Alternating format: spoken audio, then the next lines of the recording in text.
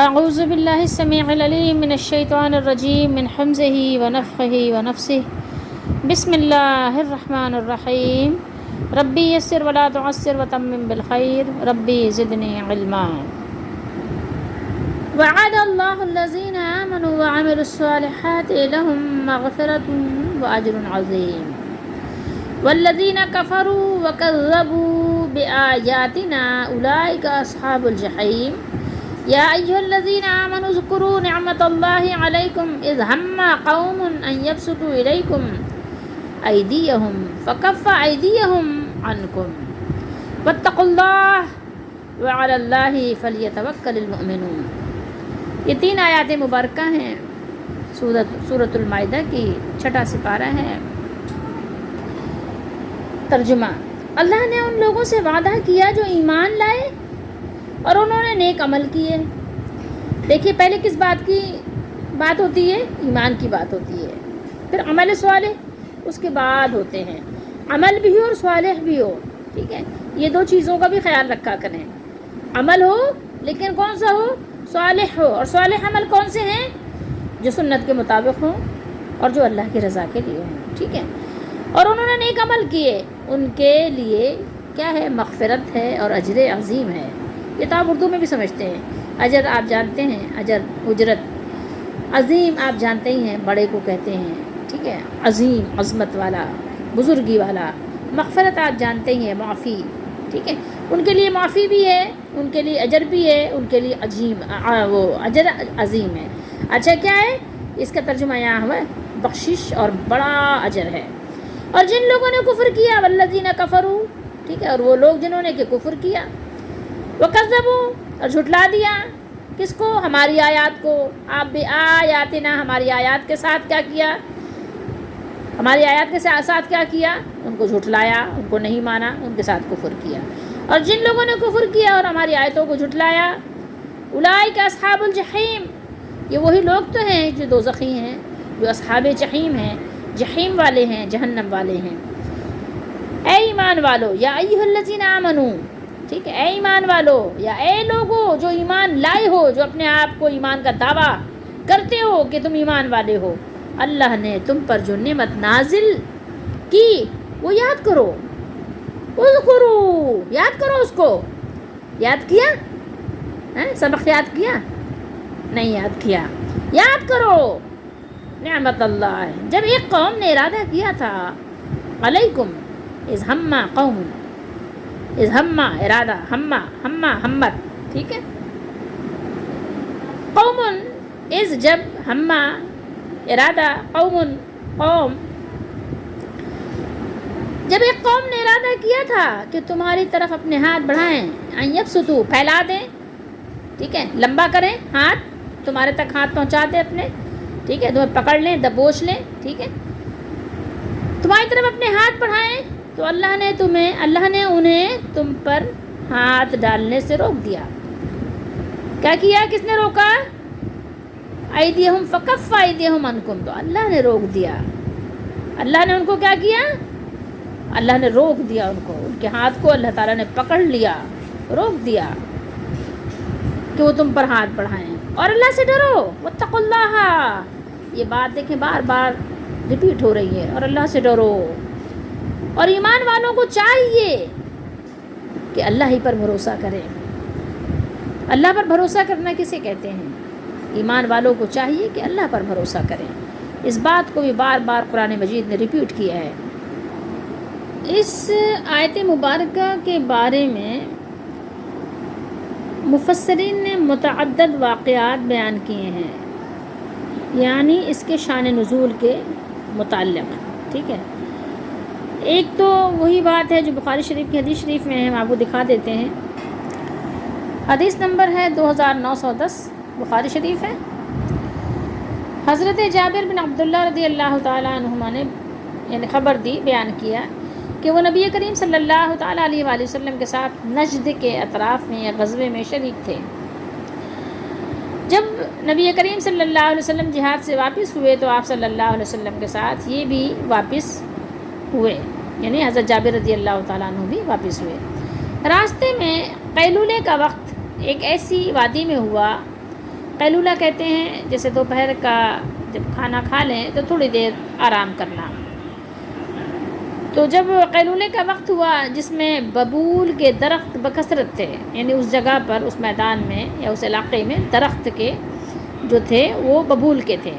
ببول ایک نام ہے درخت کا کہ جس میں کچھ ایسے یعنی پھل نکلتے ہیں جس کو جانور کھاتے ہیں، بکریاں وغیرہ شوق سے کھاتی ہیں. اس میں نا سیڈس ہوتے ہیں. بہرحال رسول اللہ صلی اللہ علیہ وسلم نے اسی وادی میں پڑاؤ کیا اور صحابہ رضی اللہ تعالیٰ عنہ پوری وادی میں درخت کے سائے کے لیے پھیل گئے. لازمی بات ہے کہ آپ کو پتہ ہے کہ ایک درخت کے سائے میں کتنے لوگ رہ سکتے ہیں، جبکہ ببول کا جو درخت ہوتا ہے اس کا سایہ بھی مختصر ہوتا ہے، بہت طویل نہیں ہوتا. آپ صلی اللہ علیہ وآلہ وسلم بھی ایک ببول کے نیچے آپ نے بھی قیام فرمایا، آپ بھی قیام کے لیے وہاں پر آرام کے لیے لیٹ گئے اور اپنی تلوار درخت پر لٹکا دی. ہم سب سو گئے تھے. رسول اللہ صلی اللہ علیہ وسلم جس درخت کے نیچے تھے وہ ظاہر ہے آپ تنہا تھے. باقی صحابہ کرام، اب آپ کو معلوم ہے یہ بھی کہ درخت جو ہے بہت قریب نہیں ہوتے، ٹھیک ہے، کچھ نہ کچھ فاصلہ ہوتا ہے، ایک درخت سے دوسرے درخت کے درمیان فاصلہ ہوتا ہے، کیونکہ ظاہر ہے کہ جیسے درخت اوپر جا کر پھیلتا ہے ایسے نیچے جا کر اس کی جڑیں بھی پھیلتی ہیں، تو پھر وہ گڈ مڈ ہو جانے کا اندیشہ ہوتا ہے. اس لیے درخت جب بھی لگایا جاتا ہے تو تھوڑا سا فاصلہ رکھ کے لگایا جاتا ہے ایک درخت سے دوسرے درخت کے درمیان، ٹھیک ہے. تو اب جب ظاہر ہے کہ درخت فاصلے سے ہوں اور صحابہ کرام سو گئے ہوں، آپ تصور کر سکتے ہیں کہ سفر میں ہیں، اور سفر بھی میری اور آپ کی طرح سفر تو نہیں تھے، تکلیف دہ انتہائی دشوار گزار سفر جب انسان کرتا ہے اور تھکا ماندہ ہوتا ہے تو سو بھی جاتا ہے، تو سوتا بھی گہری نیند ہے.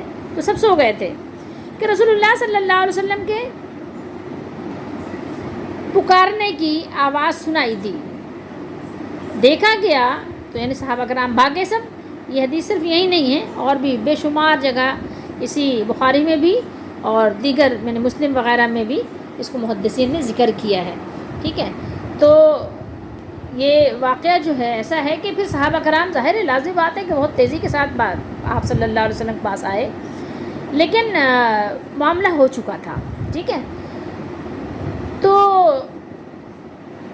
آواز سنائی دی، دیکھا گیا تو ایک بدوی آپ صلی اللہ علیہ وسلم کے پاس تھا. آپ صلی اللہ علیہ وسلم نے فرمایا اس نے غفلت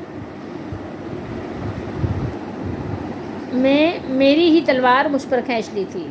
کیوں؟ اس لیے کہ تلوار جو ہے درخت سے لٹکی ہوئی تھی. آپ صلی اللہ علیہ وسلم آرام فرمانے کے لیے سو گئے تھے اور وہ شخص اپنی یعنی بری نیت کے ساتھ رسول اللہ صلی اللہ علیہ وسلم کے پاس آیا. ظاہر اس کو اندازہ ہو کہ دشمن تو تلاش میں ہوتے ہیں نا.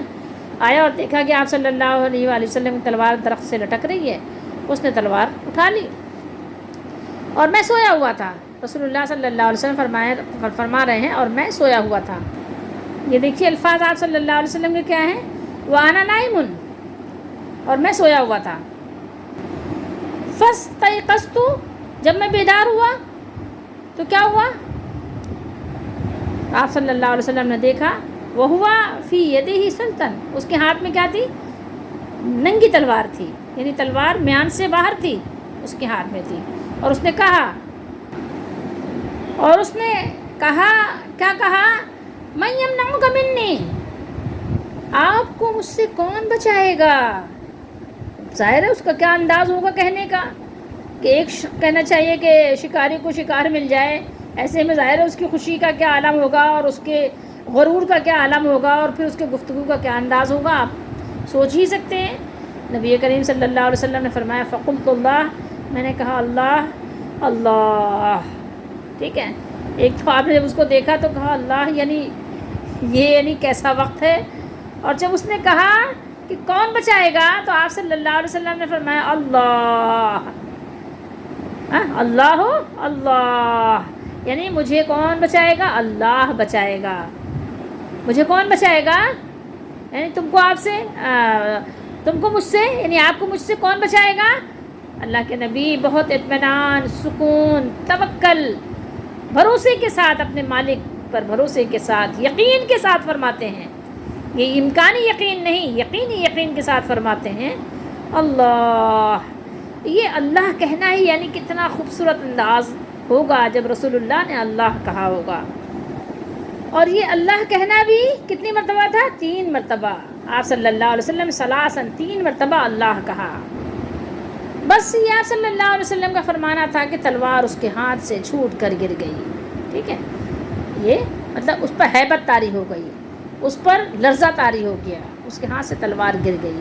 نبی اکرم صلی اللہ علیہ وآلہ وسلم نے اعرابی کو کوئی سزا نہیں دی، بلکہ آپ صلی اللہ علیہ وسلم بیٹھ گئے. یہ حدیث شریف کم سے کم 5 مرتبہ تو بخاری شریف میں بیان ہوئی ہے، اور 1 سے زائد مرتبہ مسلم شریف میں بھی بیان ہوئی ہے. تو اس کے شان نزول میں جو یہ آیت نمبر 10 ہے، مفسرین یہی بیان کرتے ہیں کہ اللہ نے اس نعمت کو یاد دلایا کہ نبی کریم صلی اللہ تعالیٰ علیہ وآلہ وسلم کی اللہ نے حفاظت کی، تو اس نعمت عظیم کو یاد کرو. ویسے تو ساری ہی نعمتیں اللہ کی طرف سے ہیں، اور ساری ہی نعمتوں پر شکر ادا کرنا، ان کو یاد کرنا اور ان نعمتوں کو اللہ کی طرف منسوب کرنا، یہ ہر مسلمان پر فرض اور لازم اور ضروری بھی ہے.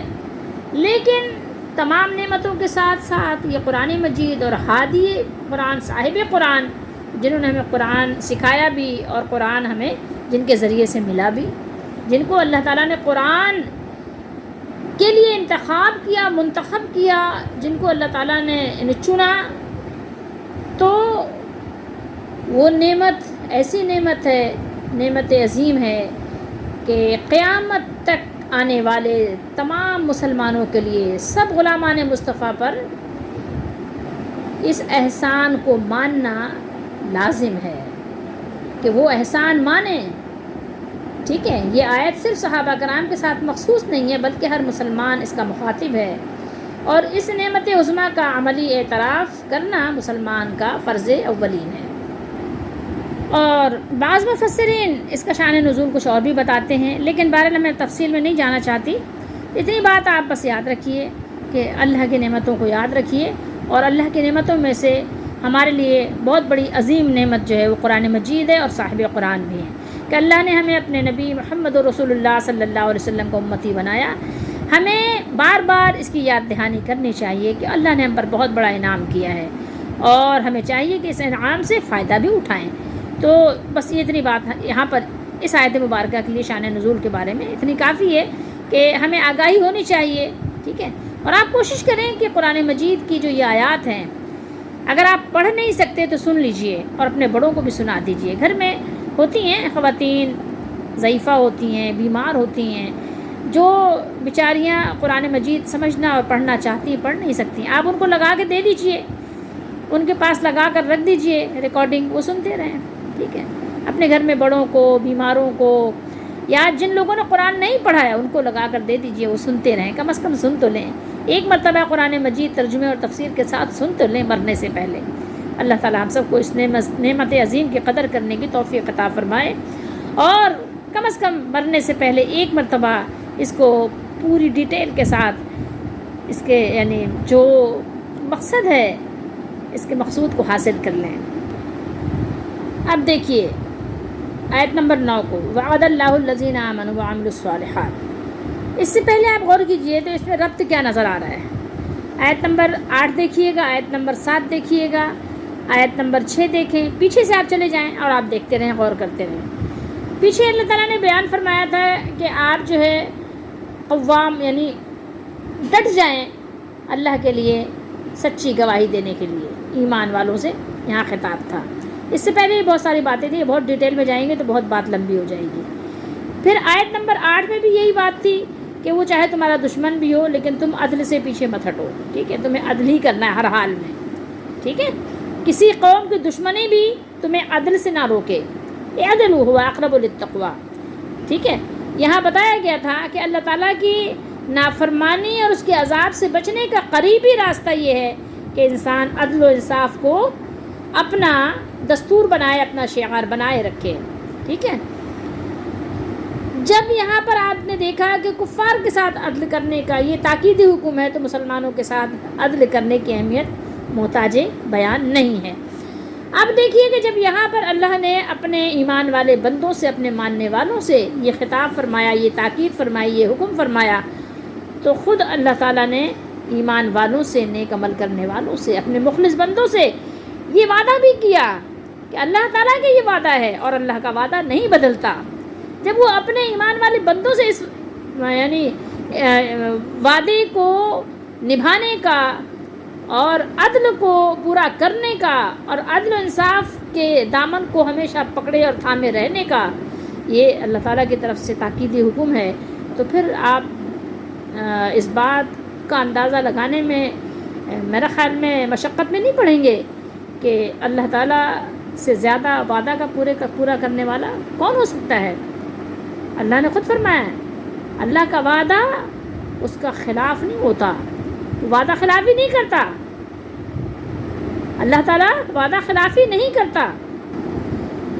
انک لا تخلف المیعاد، خود اللہ نے فرمایا کہ ایمان والے کہتے ہیں کہ بے شک اللہ جو ہے وہ وعدہ خلافی نہیں کرتے۔ انک لا تخلف المیعاد، یہ ہم سورہ آل عمران میں پڑھ بھی آئے ہیں، آیت نمبر 194 پر 194 پر۔ تو یہاں بیان کیا کہ جو لوگ ایمان لائے ہیں اور نیک کام کرتے رہے ہیں ان سے اللہ نے وعدہ فرمایا ہے کہ ان کے لیے معافی بھی ہے اور ان کے لیے اجر عظیم بھی ہے۔ اللہ تعالیٰ ان کے گناہوں کو معاف فرما دیں گے اور ان کو اجر عظیم کیا چیز ہے؟ جنت سے نوازیں گے، جنت سے سرفراز فرمائیں گے، جو اپنے بندوں پر اس کی بے شبہ رحمت ہے، بہت بڑا انعام ہے جسے بندے اپنے اعمال سے حاصل نہیں کر سکتے، بلکہ محض اللہ تعالیٰ کے فضل و کرم اور اس کی رحمت ہی سے جنت کو حاصل کر سکتے ہیں۔ اللہ تعالیٰ کی رحمت کے حصول کا سبب بندوں کے اعمال ہی بنتے ہیں۔ اللہ تعالیٰ نے ان اعمال کو اپنی رحمت، فضل، عفو، رضوان کے حصول کے لیے اسباب بنا دیا ہے۔ بہرحال سب کچھ اسی کی طرف سے ہے اور اسی کا ہے۔ اور پھر آگے فرمایا والذین کفروا وکذبوا بآیاتنا، اور جنہوں نے کفر کیا اور ہماری آیتوں کو جھٹلایا وہ جہنمی ہیں۔ یہ اس کا عدل ہے، یہ اللہ کا عدل ہے۔ ایک بندوں کا عدل ہے نا، ایک اللہ کا عدل ہے، وہ جانتا ہے کسے کیا دینا ہے۔ اور عدل تو ایک بہت بڑا ٹاپک ہے، اگر اس پر بات کرنے پہ آئیں تو آپ کے لیے تو پوری کتابیں بھر جائیں۔ عدل تو ان کو جہنم میں ٹھکانہ دے گا، یہ اللہ کا عدل ہے، اس کی حکمت اور اس کا وہ حکم ہے جس میں ظلم کا ادنا سا بھی شبہ بھی نہیں کیا جا سکتا، بلکہ تو وہ عادل حاکم ہے، وہ حاکم عادل ہے اور وہ حکیم اور قدیر ہے۔ اور مسلمانوں، ایمان والوں، یہ بھی تو یاد کرو اللہ نے جو تم پر احسان کیا ہے کہ جب ایک جماعت نے ارادہ کیا کہ تم پر دست درازی کریں تو اس نے ان کے ہاتھ روک دیے۔ ایسے مواقع تو صحابہ کرام رضی اللہ تعالیٰ عنہم کے زمانے میں بھی بار بار آئے کہ ظالموں سے اللہ نے بچایا، ظالموں کے ہاتھ اللہ نے روک دیے، بار بار ایسے مواقع آئے۔ لیکن میں اور آپ مسلمان ہیں، الحمدللہ اللہ ہمیں اسلام پر قائم رکھے، لیکن یہ ہے کہ ہمارے ساتھ بھی دنیا میں بارہا ایسا معاملہ پیش آتا ہے کہ اللہ تعالیٰ ظالموں سے ہمیں بچا لیتا ہے، اور اللہ کے سوا کوئی نہیں جو ہمیں بچا لے۔ پھر آگے کیا فرمایا؟ مومنوں کو اللہ ہی پر بھروسہ رکھنا چاہیے، کیونکہ جو شخص اللہ تعالیٰ پر بھروسہ رکھے تو اللہ تعالیٰ اس کے ارادوں کے لیے کافی ہو جاتا ہے اور وہ اسے لوگوں کے شر سے محفوظ رکھتا ہے، بچاتا ہے۔ پھر اس واقعے کے بعد، یہ مذکورہ بالا حکم کے بعد پھر کیا چیز ہے جو ہمیں اللہ تعالیٰ پر توکل کرنے سے رکاوٹ ڈالے، روکے؟ سوچنے کی بات ہے۔ اللہ پہ توکل کرنا یہ نہیں ہے کہ اپنے گھر کے دروازے کھلے چھوڑ دو، اپنی حفاظت کرنے کا انتظام ختم کر دو، نہیں۔ اللہ تعالیٰ پر توکل کرنے کا مقصد یہ ہے کہ اپنی تدبیر پوری کرو، جیسے انبیاء علیہ الصلوۃ والسلام کا طریقہ تھا، جیسے کہ سنت ہے کہ اپنی تدبیر تو پوری کرو لیکن بھروسہ تدبیر پر مت کرو۔ بھروسہ کس پر کرو؟ تدبیر کے مالک پر کرو، جو اللہ ہے، جو ہمارا مولا ہے۔ بھروسہ اس پر کرو کہ ہم نے دروازے بند تو کیے ہیں، لیکن اس دروازے کی حفاظت، اس کا بند رہنا اور اس کا نہ ٹوٹنا اور ناپاک ارادوں کو ناکام بنانا اس مالک کا کام ہے جس نے ہمیں یہ دروازہ دیا، دروازہ بند کرنے کی توفیق دی. ٹھیک ہے، تو ورنہ تو دروازوں کی کوئی حیثیت نہیں. کتنے دروازے ٹوٹ جاتے ہیں، کتنے دیواریں گرا دی جاتی ہیں، کتنے گھر مسمار ہو جاتے ہیں نا. تو ان گھروں پہ بھروسہ مت کیجئے، دروازوں پہ بھروسہ مت کیجئے. حفاظت کے لیے انتظامات کیجئے، لیکن بھروسہ کس پر ہو؟ اللہ پر ہو. جیسا کہ یعقوب علیہ السلام نے کیا کہا تھا اپنے بیٹوں سے؟ کہا تھا نا کہ جب جانا تو الگ الگ دروازوں سے جانا، کہ تم لوگ ماشاءاللہ 10 افراد ہو، 10 بھائی جا رہے ہو، تو لازمی بات ہے کہ شکل و شباہت سے، چال ڈھال سے، انداز بیان سے لوگ سمجھ جائیں گے کہ یہ بھائی ہیں. تو کہیں نظر نہ لگا دیں کہ اتنے سارے بھائی، نوجوان، خوبصورت ہیں، طاقتور، ہینڈسم، تو کہیں نظر نہ لگا دیں. تو اس لیے الگ الگ دروازوں سے داخل ہونا شہر میں. تو پھر کیا کہا تھا کہ یہ بات تو ہے. فرمایا یعقوب علیہ السلام نے کہ وما اغنی عنکم من اللہ من شیء ان الحکم الا للہ. دیکھو، میں اللہ کی طرف سے آنے والی کسی چیز کو تم سے ٹال نہیں سکتا، دور نہیں کر سکتا، بے نیاز نہیں کر سکتا. حکم تو صرف اللہ ہی کا چلتا ہے. لیکن پھر آگے کیا فرمایا علیہ توکل، تو میرا کامل بھروسہ اسی پر ہے. بھروسہ کس پر ہے؟ بیٹوں کو بھیج رہا ہوں، 10 یا 11 بیٹے جا رہے ہیں، تو بھروسہ کس پہ کر رہا ہوں؟ اللہ پر. میرا بھروسہ علیہ توکل، تو میں نے صرف اسی پہ بھروسہ کیا ہے. اور ہر ایک بھروسہ کرنے والے کو اسی پر بھروسہ کرنا چاہیے. وَعَلَيْهِ فَلْيَتَوَكَّلِ الْمُتَوَكِّلُونَ. جتنے بھروسہ کرنے والے ہیں سب کا بھروسہ کس پر ہونا چاہیے؟ مالک اور مولا، جو قادر ہے، جو قدیر ہے، جو سب کچھ جس کے قبضے میں، قدرت میں، اختیار میں ہے، جس کے تصرف میں سارا جہان، کیا سارا ہی کچھ ہے. اول تا آخر اسی کے قبضے، قدرت اور تصرف اور اختیار میں ہے. تو میرا بھروسہ بھی اسی پر ہے، اور تمام بھروسہ کرنے والوں کو بھی اسی پر بھروسہ کرنا چاہیے. تو اللہ تعالیٰ نے یہاں حکم دیا ایمان والوں کو کہ ایمان والوں کو چاہیے کہ اللہ ہی پر بھروسہ کریں. تو ایمان والے اگر ہیں تو اللہ پہ بھروسہ کریں، تدبیر پکی کریں، تدبیر مضبوط کریں، تدبیر کے لیے پوری بھرپور کوشش کریں. لیکن تدبیر پر بھروسہ نہ کریں، بھروسہ مالک پر کریں. جیسا کہ سورہ یوسف میں یہ بھی ہمیں ملتا ہے اس سبق میں، فاللہ خیر حافظ وہو ارحم الراحمین. فاللہ خیر حافظ وہو ارحم الراحمین. کیا ہے؟ اللہ ہی بہترین حافظ ہے، بہترین محافظ ہے، اور وہ سب مہربانوں سے بڑھ کر سب سے زیادہ، سب سے بڑا مہربان بھی ہے. ارحم الراحمین ہے. جتنے لوگ رحم کر سکتے ہیں، جتنے لوگ مہربانی کر سکتے ہیں، ان سب سے زیادہ مہربانی اللہ ہی کی ہے. کسی کے دل میں ہمارے لیے مہربانی کا جذبہ پیدا کرنا، یہ بھی اللہ ہی کا کام ہے. تو اب ہم اپنے لیے بھی اس میں سبق نکالیں کہ میرے اور آپ کے لیے اس میں کیا سبق ہے.